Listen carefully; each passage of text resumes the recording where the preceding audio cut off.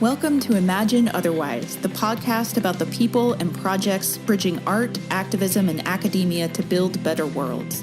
Episodes offer in-depth interviews with creators who use culture for social justice and explore the nitty-gritty work of imagining otherwise. I'm your host, Cathy Hannabach. Hello and welcome to episode 14 of the Imagine Otherwise podcast. Today our guest is Aishah Shahidah Simmons. Aishah is an award-winning Black feminist lesbian documentary filmmaker, activist, cultural worker, writer, and international lecturer. An incest and rape survivor, she's the creator of the Ford Foundation-funded, internationally acclaimed, and award-winning feature-length film, No, the Rape Documentary. Aishah was also the 2015 to 2016 Sterling Brown Professor of Africana Studies at Williams College. She's currently a Just Beginnings Collaborative Fellow and is working on a new multimedia project called Love with Accountability about child sexual assault. Her essays and articles have been published in several anthologies, including the recently released Dear Sister, Letters from Survivors of Sexual Violence, which is edited by Lisa Factora Borchers, as well as the recently released Queering Sexual Violence, Radical Voices from Within the Anti-Sexual Violence Movement, which is an anthology edited by Jennifer Patterson. Committed to archiving, documenting, and telling Black women's herstories and contemporary realities, Aishah co-edited the Feminist Wire's online forum in honor of June Jordan's life and legacy, the Global Forum on Audre Lorde, and the Toni Cade Bambara 75th Birthday Anniversary Forum. An associate editor of the Feminist Wire, Aishah's cultural work and activism have been documented extensively in a wide range of media outlets, including The Root, Crisis, Forbes, Left of Black, In These Times, Ms. Magazine, Alternet, Color Lines, The Philadelphia Weekly, NPR, Pacifica Radio Network, and BET. She has screened her work, guest lectured, and facilitated workshops and dialogues around the world, including in countries in North America, Europe, Africa, Asia, and the Caribbean. Hi, Aishah. Thanks so much for being with us. Hi, Cathy. I'm so glad to be here. Thank you for inviting me to be a guest. So you are the director of the film No, the Rape Documentary. Can you tell our listeners a little bit about what that film is about? Yes. No is a feature-length documentary that unveils sexual violence and rape and sexual assault in Black communities. And it also looks at healing and transformation.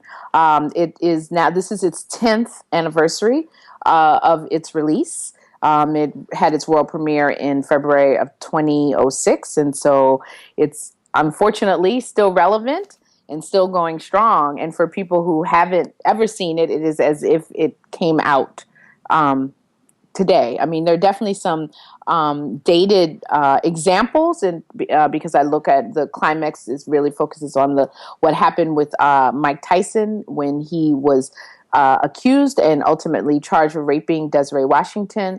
So that happened at a time when many of the young 20-something activists were either not here or just getting here on the planet. So that is dated. However, because of how many celebrities have been excused or pardoned or celebrated despite the crimes that they've committed against women and queer people, that people relate to it.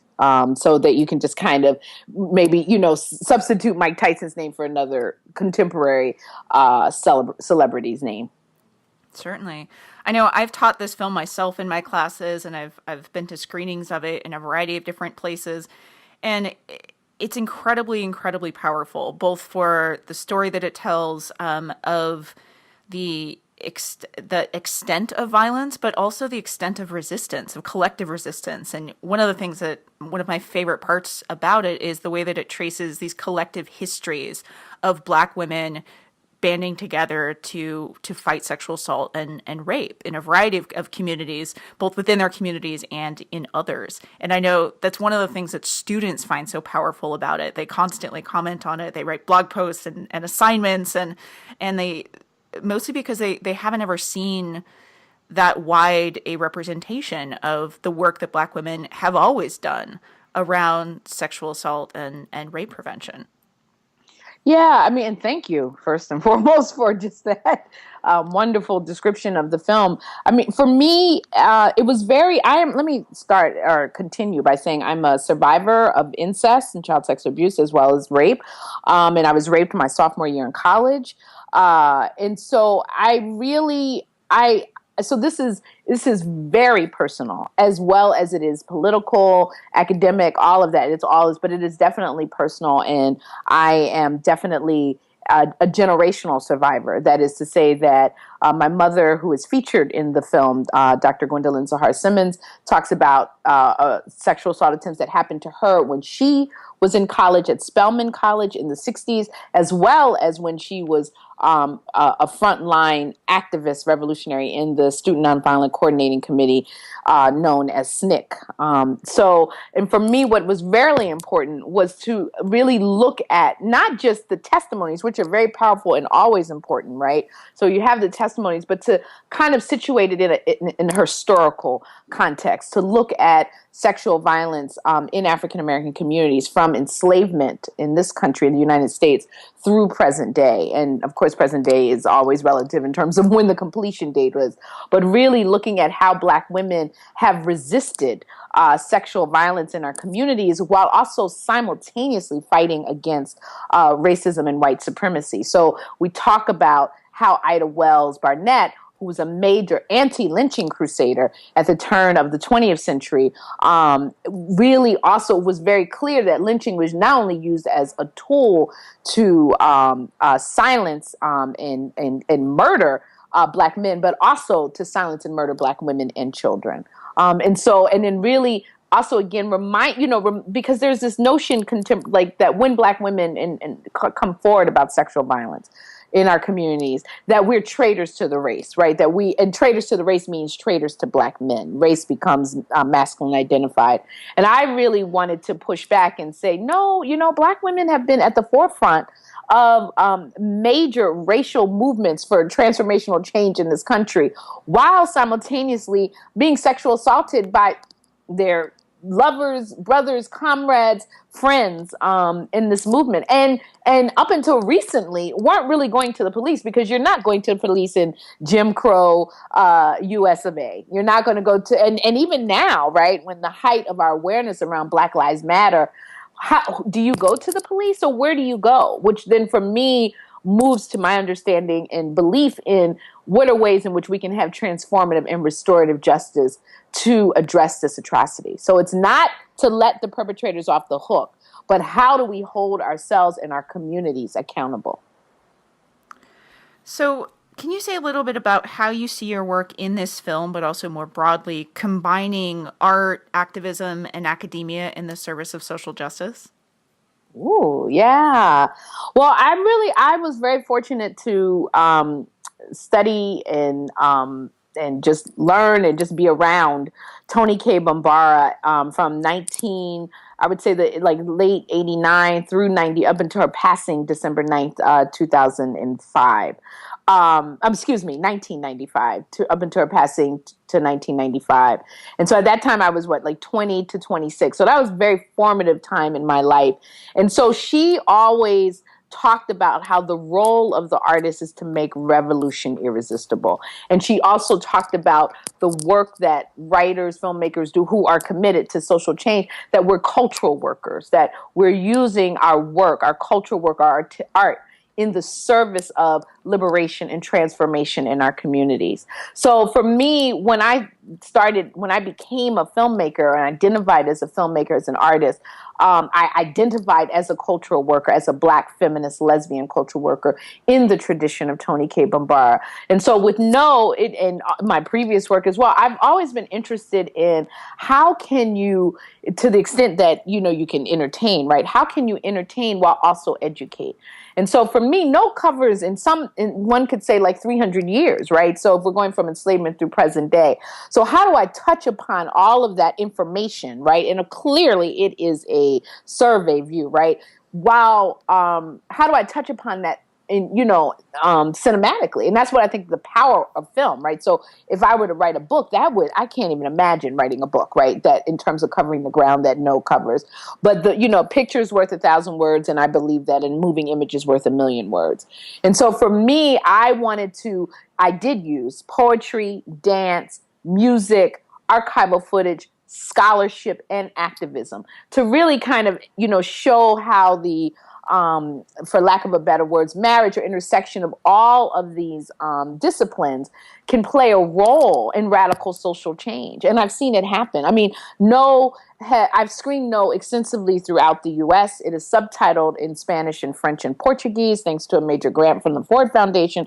So it has traveled with me, but also beyond me, without me, throughout the world. And I've been in places where myself, the people in No, are the only English as a first language Black people in the room. And to have folks speaking to me in different languages and in Eastern Europe, in Hungary and Croatia, to say that have these women, Roma women, women who've been trafficked throughout Europe, to say this is my story. And this is a film about rape in Black communities in the U.S.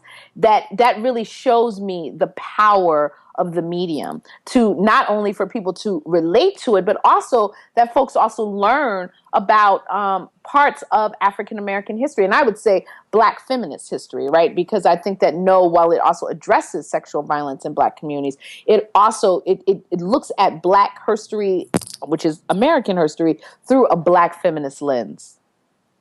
Nice. So you have a long history in your career of combining art and activism in different communities, and particularly finding the ways that art can be used as both a kind of tool of individual healing on an individual particular level, but also as a kind of collective or collaborative way that communities can come together for, I don't know, what we might call social or political healing, right? So I'd be curious to know what maybe advice or wisdom you have to share with others who are interested in that nexus between individual healing and collective reparations or healing. Yeah, I'm a movement child. That is to say that both my parents, and they're still going strong, have been actively engaged in movements for social change since the 60s, right? So they were in SNCC, they've been in socialist movements, connected to Marxism and communism. They've been in Black nationalist movements, anti-war movements, women's movements. So it's in my blood, I would say. Right now, that doesn't mean, therefore, that this is what that doesn't mean that this is my path, but it is the path either that was chosen for me or that I chose. I share this to say that I feel like I have the benefit of what I've experienced as a child, what I've witnessed, is that I am just unequivocal in my belief that we have to have individual healing, right? And I don't think that is selfish or self-centered or, narcissistic. I think that there are so many of us who are wounded, who have incredible visions and ideas for radical social change, but because they have not done that important work on healing themselves, that they inadvertently replicate some of the very same behaviors that marginalize and oppress them and others, right? So thinking about how Audre Lorde said, the master's tools will never dismantle the master's house. How do we not use those tools? And I think part of that has to be about taking care of ourselves in individual healing and self-care. And it can't be viewed as taking us away from the real issue at hand. Because Tony K. Bambara actually said the revolution begins with the self in the self. And so I think that it is important that while we are working collectively to do healing and transformation in our society, that we have to also work individually. So I don't see it as first you do one and then you do the other. I do believe we can do things simultaneously, but we cannot put ourselves, our family, our children on the back burner, because we won't be free while we're not dealing with what has happened to us as a result of white supremacy, misogyny, transphobia, homophobia, heterosexism, classism. If we're not dealing with that we're going to inadvertently replicate. I'm not interested in creating a radical left version of this insanity that we're all living under now. Like and I don't even know what that vision will look like, and I think I call upon like Walida Imarisha, who is an incredible writer and activist and co-editor with Adrienne Marie Brown of Octavia's Brood, where she talks about how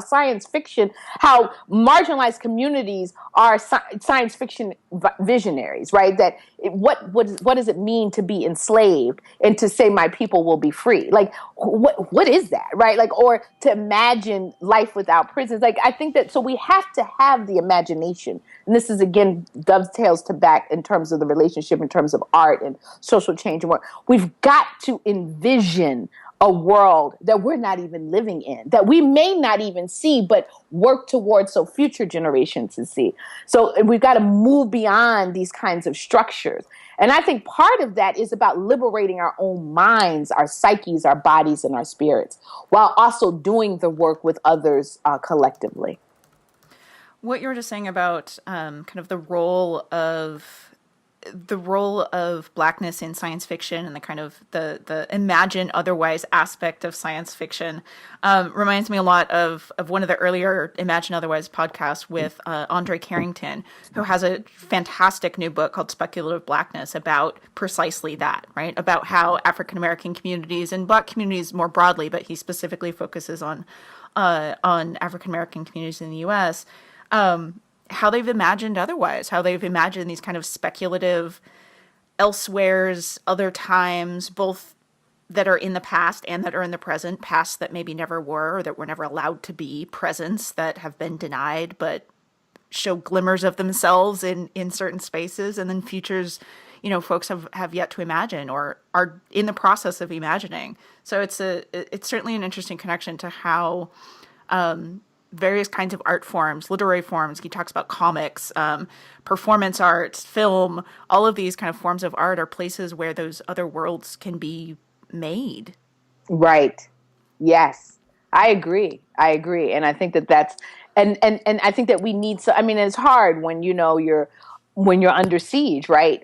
Where is the space and time to imagine and create? But I think that we have to, and I think it's important. This is where history for me is very important, that we really look at our history. When I think about Harriet Tubman making anywhere between 15 and 18 trips back to liberate enslaved Black people, right? This is a woman who was illiterate, who suffered from narcolepsy because of a head injury when she was enslaved, who kept going back. So what does it mean when you can't read and when you can just fall out unexpectedly? See, what does that mean? What world was she envisioning, right? That she was just like, my people are going to be free. Or her leading the only military action led by a woman during the Civil War that freed almost 700 enslaved Black people. Like, so, and then just so many, in terms of this. So I think that we don't need the internet. We don't need Twitter, Facebook, Snapchat, etc. And meaning to imagine that. And that's why I said thinking about history, because Harriet Tubman was a genius, right? But based upon so many things in terms of particularly contemporarily, we'd be like, oh, she was illiterate, she was this, she was that. But look at what she accomplished. So I think that we have to figure out, and when I say make the time, I'm talking about if we're drifting off to sleep or even at the job, right? That's breathing down our back. And I'm not acting like I have a job that's breathing down my back, so I don't mean to be disrespectful in that way.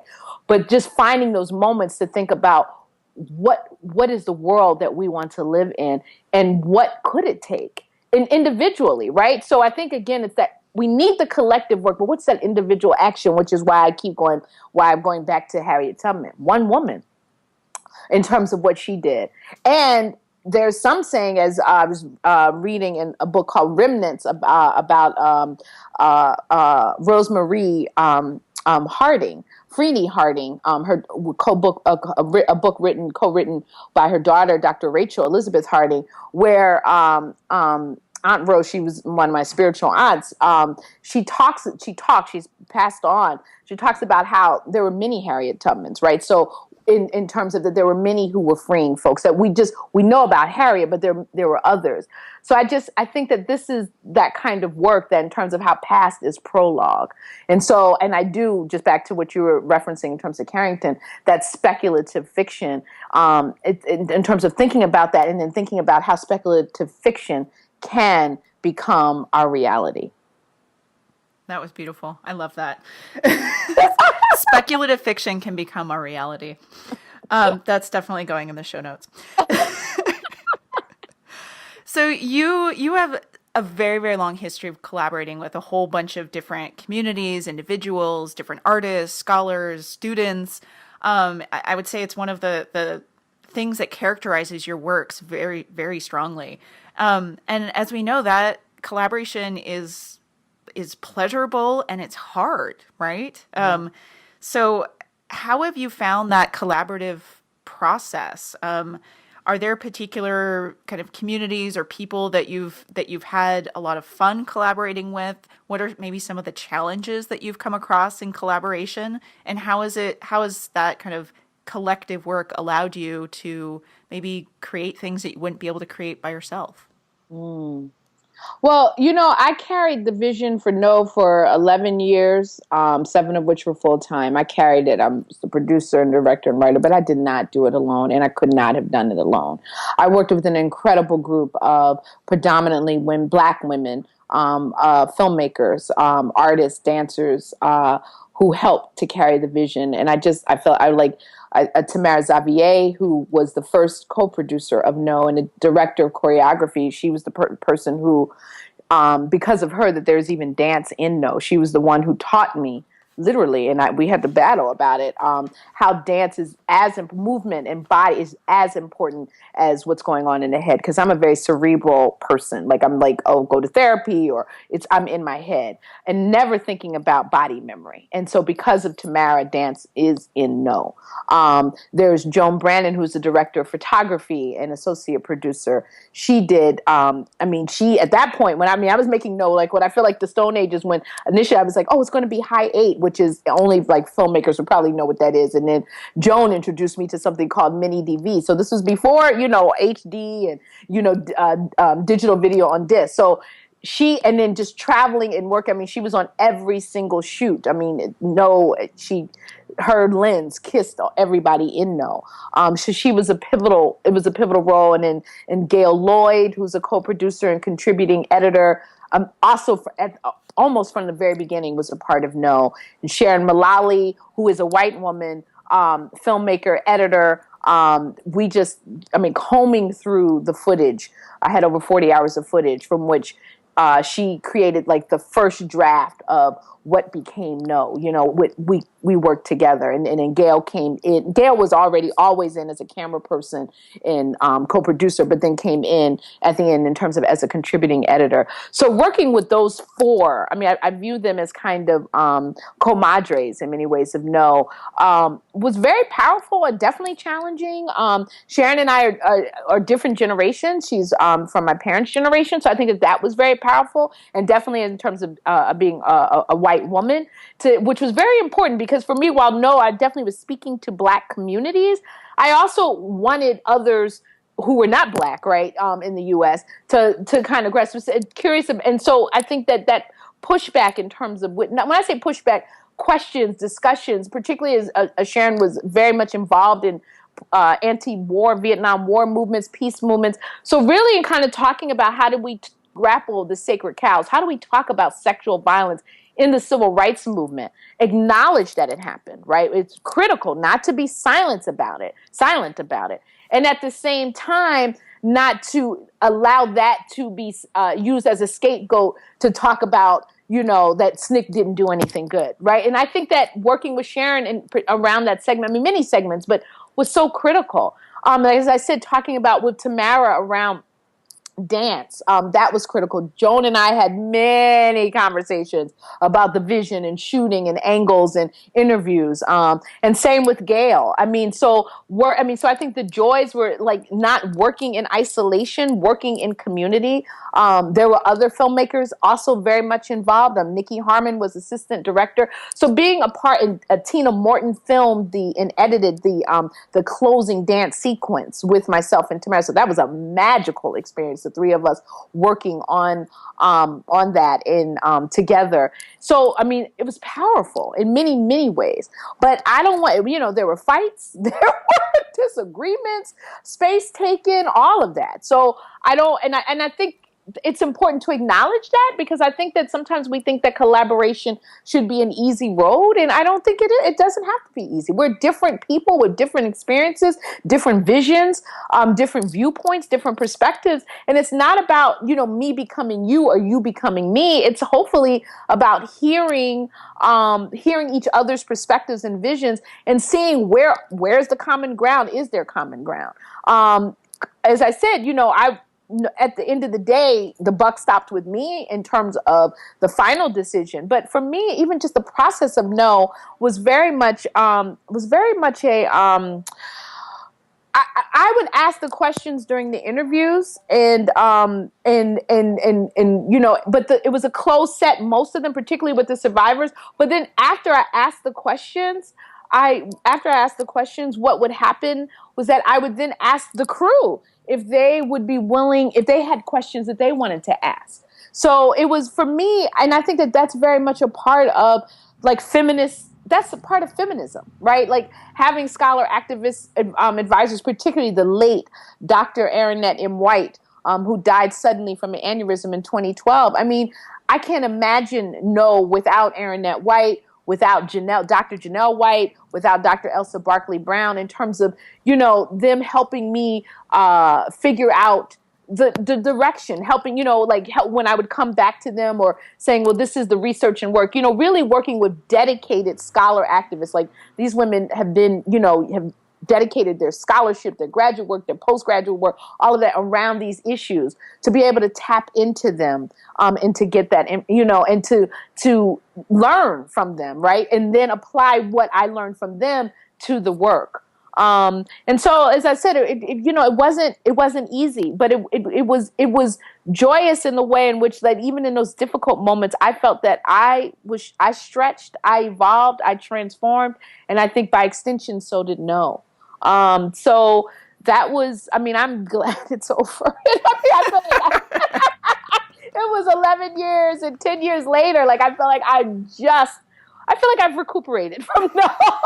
It was hard. Because it wasn't just the collaborative work. It was also the raising of the damn money. Like it just took, part of the reason it took so long was to raise that money. And also, though, that was the gift, right? Because I didn't have the money, it forced me to have to think out of the box, back to speculative fiction. How can I make this film a reality? So it meant that I was dependent upon the community, in the words of Tony K. Bombara, that names me, right? So that, yes, ultimately I received huge funding from the Ford Foundation when No was completed, in terms of for not post-production, but for subtitling and other important things. But in terms of and I did receive grants and funding from the Valentine Foundation. Estrella Lesbian Action Foundation for Justice was the first foundation that gave money. Sonia Sanchez, Inell Clark Bagwell, and Bagwell and Pat Clark, a couple, they gave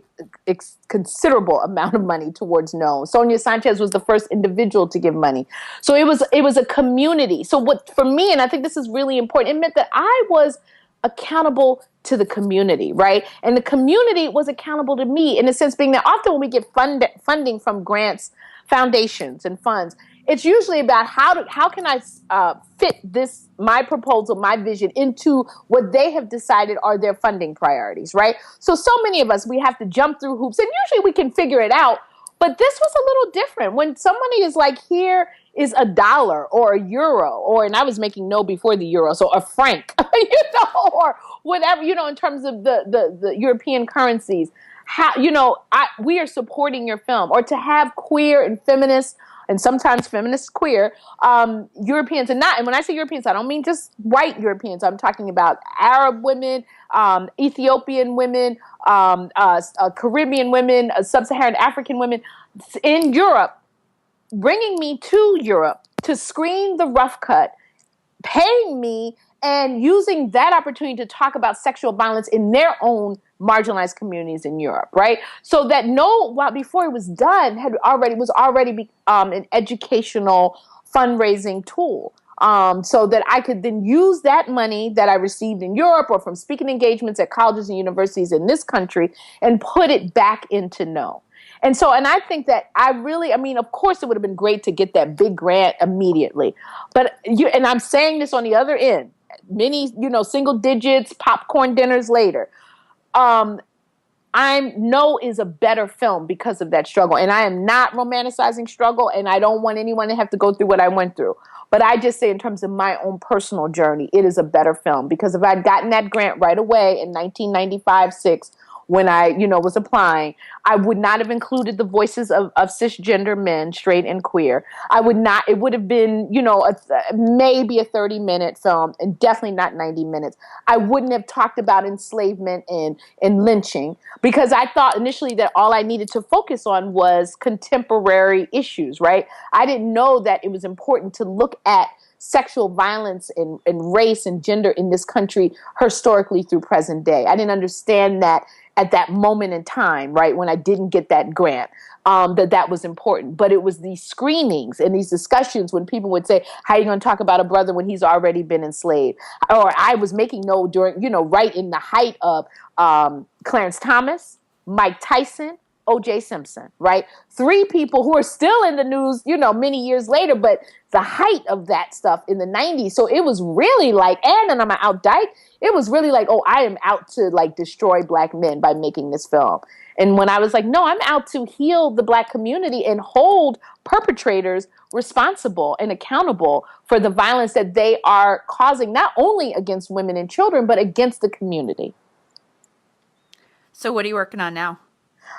I received I'm one of 8 queer, well, not everybody's queer. I'm one of 8 survivors of color, child sexual abuse survivors of color, many of whom are queer, but not all of us are, who are funded by the Just Beginnings Collaborative, which is funded by the Novo Foundation.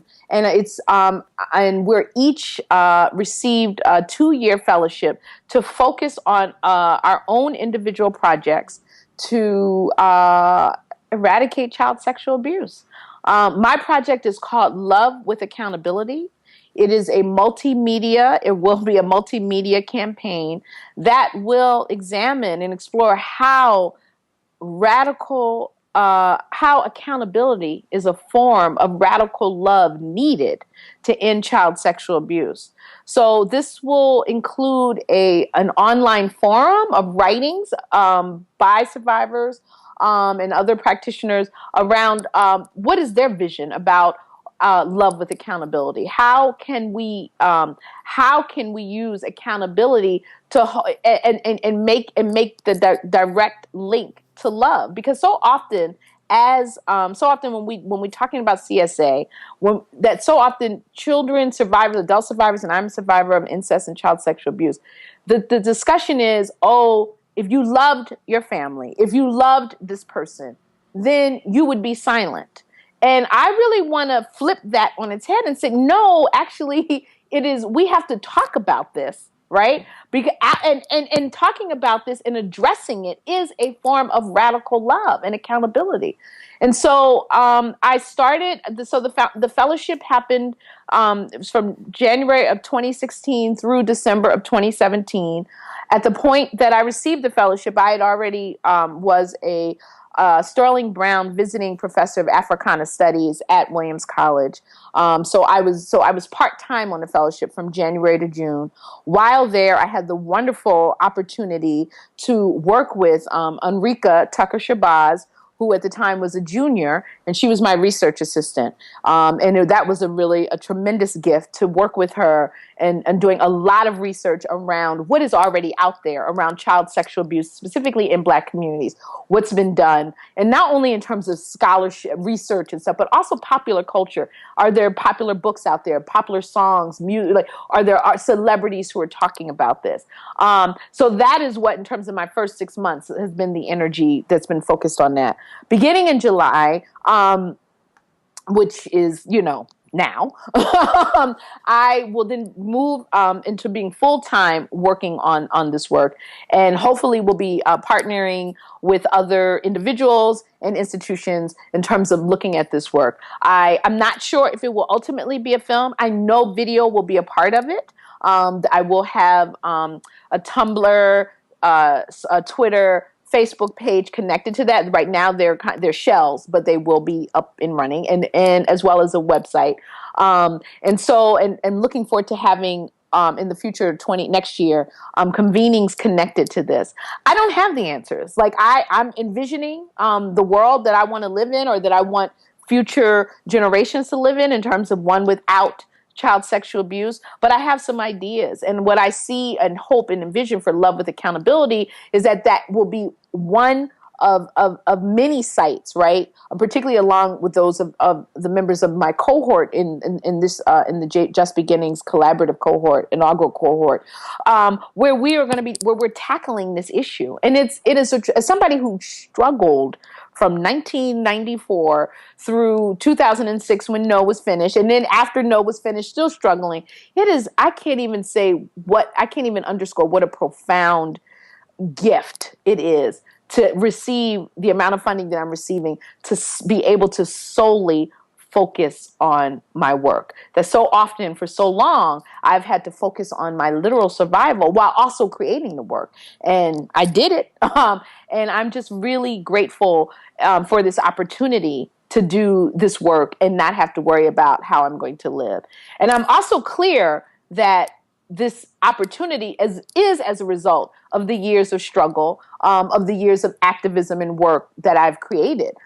So it is. I'm definitely profoundly I have an immense amount of gratitude, and I also acknowledge that it is a result of 20 years of being in this movement as a cultural worker, doing this work. I will also continue my work as an associate editor of the Feminist Wire, which is an amazing feminist online news site that I'm really happy to be a part of. This is the 4th year. Have had the opportunity to co-create many online forums on Audre Lorde, on Toni K. Bambara, with Heidi Renee Lewis, as well as on June Jordan. And my next forum that I will definitely be doing will be on Love with Accountability. So I'm really excited about what the future has in store around this work. And I just also want to just put a plug in for a new anthology that just came out called Queering Sexual Violence, Radical Voices from Within the Anti-Violence Movement, which is edited by Jennifer Patterson. And it's hot off the press. It is the first book of its kind of writings by and about and for queer, LGBTQ queer survivors of sexual violence, because so often we've been silent, right? Because people think, oh, that's why we're that way. Or the movements have not included our voices, right? Because it's been focused on heterosexual, cisgender sexual violence, which I will say that No definitely focuses on that. So this is a space where our voices are being amplified.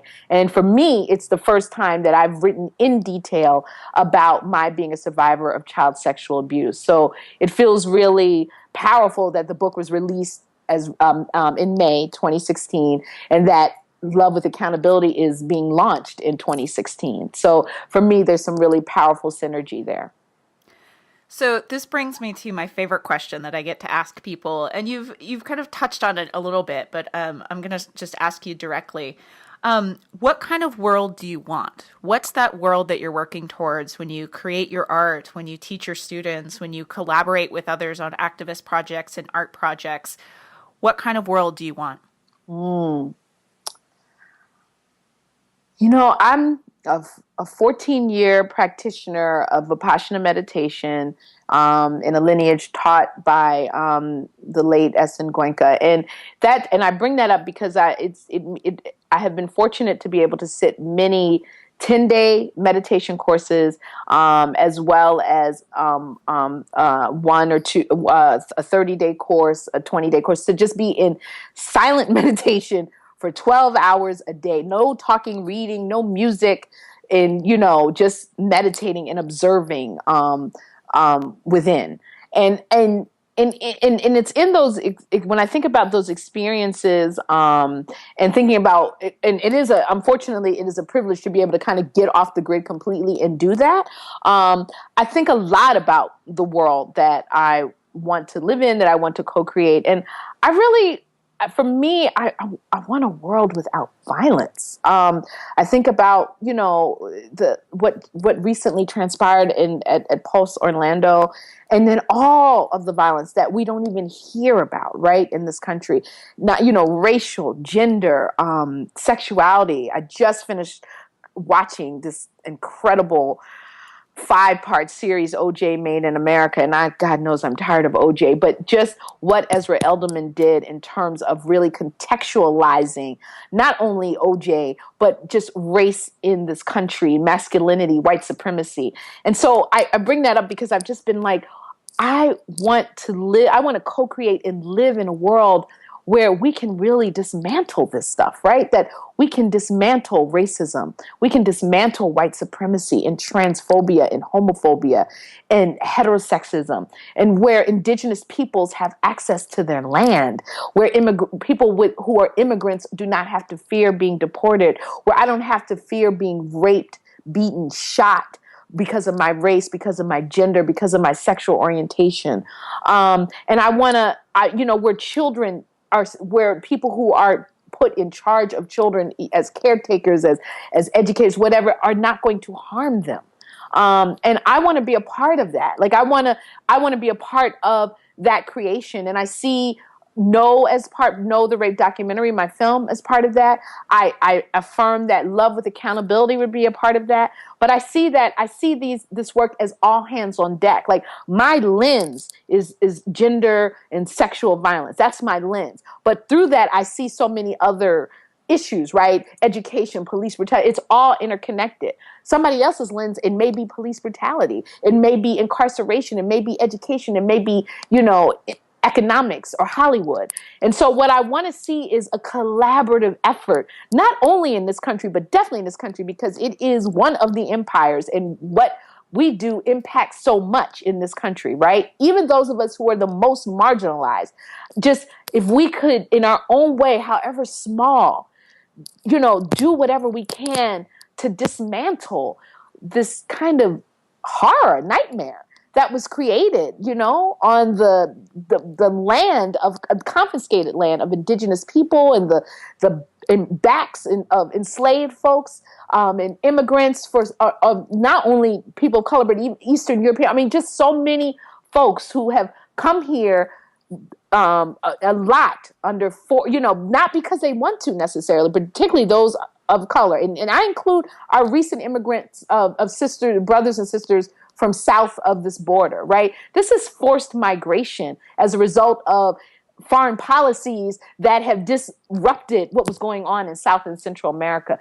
So I want my work, my activism, my scholarship to play a role in creating a world where all beings are safe and free, where love is a human right and not a privilege. I want that too.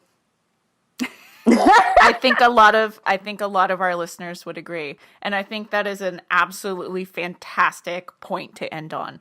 So thank you so much for being with us, for sharing about your past work, about your present projects, and giving us a incredibly generous and vivid way to think about what it means to imagine otherwise. Thank you, Cathy. And may I share the No website? Oh, Or yeah. will you? Okay, so the for people who are interested in No, the rape documentary, you can go to knowtherapedocumentary.org, and then from there, links to everything else will be there. But knowtherapedocumentary.org. Perfect. And that'll be in the show notes as well. Oh, great! Thanks so much. Thank you very much. Thanks for listening to another episode of Imagine Otherwise. Editing for this episode was done by Julie Leonard.